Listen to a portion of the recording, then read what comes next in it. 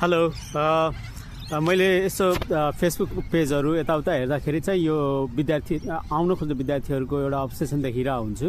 सबैले level 1 university भनिराख्नु भएको हुन्छ, त्यसमै एप्लाई गर्न खोजेको देख्छु।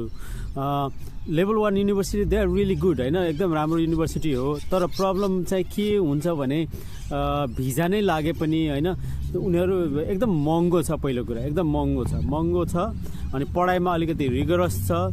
यहाँ आएर उनीहरूलाई टाइम पनि अलिकति धेरै दिनुपर्ने हुन्छ। फी त समटाइम धेरै नै महँगो छ के।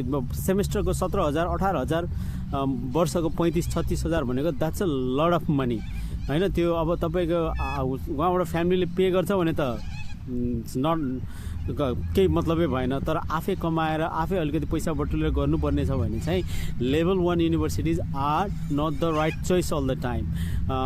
लेभल 2 युनिभर्सिटी टेफहरू अनि राम्रो कलेजहरू पनि एउटा राम्रो अप्सन हुन्छ। त्यही भएर त्यो लेभल 1 मै मात्रै अब्सेस नहुनु होइन, आफ्नो फाइनेन्स पनि हेर्नुपर्छ।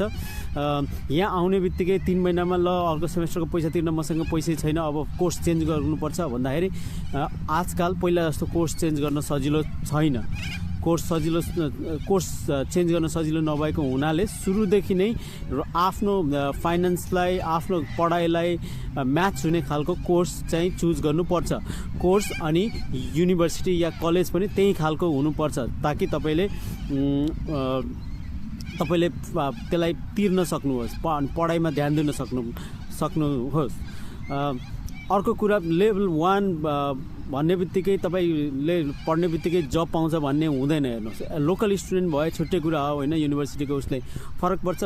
लोकल स्टुडेन्ट नहुने बित्तिकै पिआर नहुने बित्तिकै लेभल 1 र लेभल 2 मा तपाईँको रिगरस प्रोसेस उही हो। तपाईँ आफ्नो अध्ययनमा धेरै पर्छ। लेभल 2 मा पनि तपाईँले एकदम राम्रो पढाइ गर्नुभयो भने, नेटवर्किङ गर्न सक्नुभयो भने यो देशमा चाहिँ पढाइले मात्रै पनि हुनेवाला होइन। यहाँ लोकसेवा आयोगको इक्जाम त हुँदैन, जागिरको लागि रेफरेन्स चाहिन्छ, नेटवर्किङ चाहिन्छ, आफ्नो स्किल्स देखाउन सक्नुपर्छ। त्यो कुरा लेभल 1 लेभल 2 या टेफमै पढेर या प्राइभेट कलेजमै पढेर पनि गर्न सकिन्छ। त्यही भएर त्यो कुरामा चाहिँ एकदमै धेरै ध्यान दिनु पनि जरुरी छैन। भिजा पनि अरू कलेज अरू लेभल 2 र कलेजहरूमा पनि लागिरहेछ त्यस्तो। एज लङ एज यो finance is good, education good छ भने भिजा अरूमा पनि लाग्छ।